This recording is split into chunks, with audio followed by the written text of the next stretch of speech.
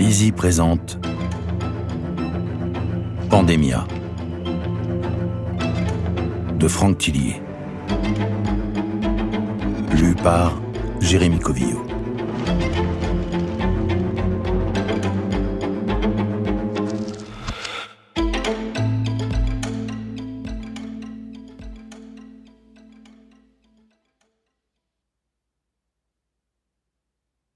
Vous qui entrez, laissez toute espérance.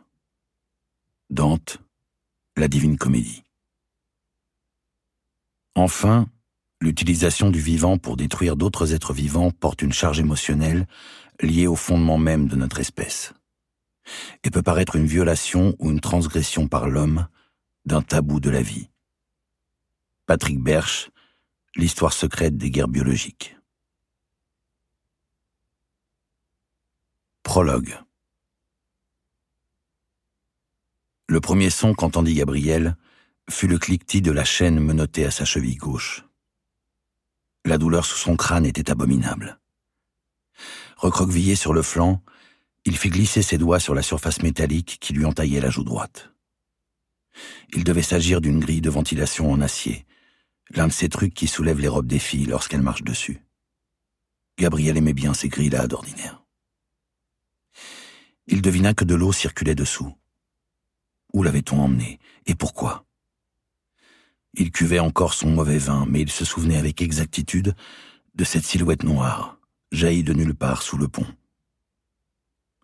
Gabriel avait pensé à un oiseau géant, avec son bec, ses griffes démesurées qui brillaient sous la lune, avant qu'il sente une douleur dans sa nuque et ferme les yeux pour se réveiller ici, dans un lieu plus noir qu'une nuit sans étoiles.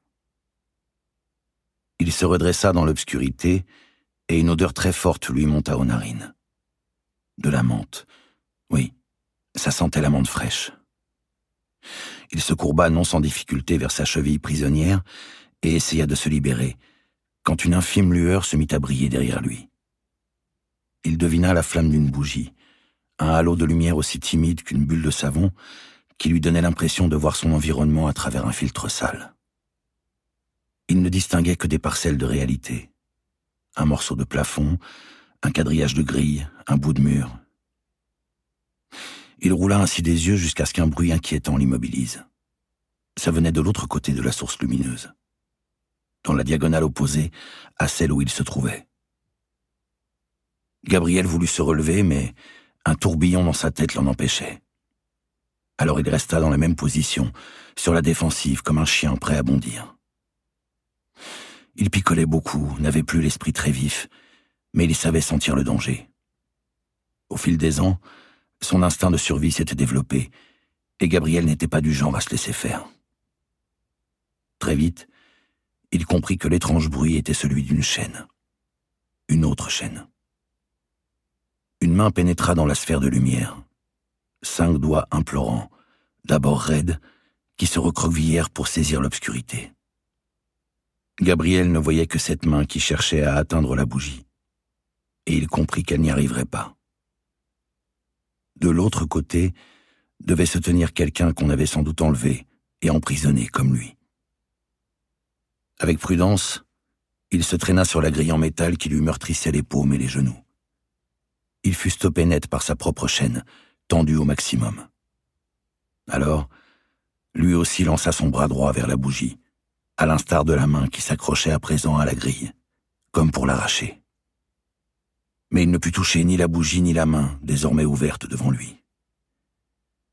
Gabriel eut beau forcer, tendre chaque muscle, chaque phalange, ce fut en vain. Il n'eut pas le temps d'ouvrir la bouche. Une troisième main, plus petite et plus abîmée, surgit sur sa gauche à 1 mètre environ. Puis une autre, grande et maigre celle-là, est venue du dernier angle de la pièce. Dans le prolongement des bras tendus les uns vers les autres, apparurent entre ombre et lumière des visages. Des visages alourdis d'une épaisse barbe, avec des traits ravinés et des yeux hagards.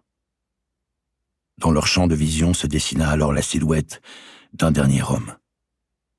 Un individu debout, qui ne portait pas de chaîne, tout de noir vêtu, jusqu'au feutre posé sur son crâne. Chapitre 1.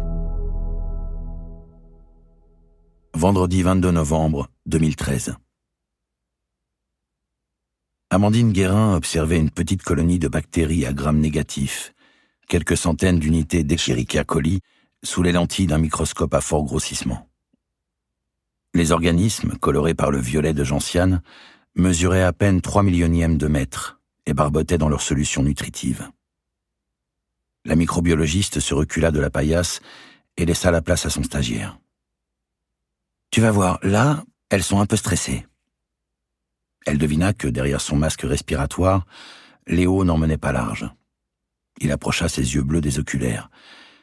Dans cet environnement sécurisé, on manipulait des salmonelles, des staphylocoques, des listeria, que l'on sortait de congélateurs à moins 80 degrés, situés dans un coin du laboratoire. Nous espérons que vous avez apprécié cet aperçu.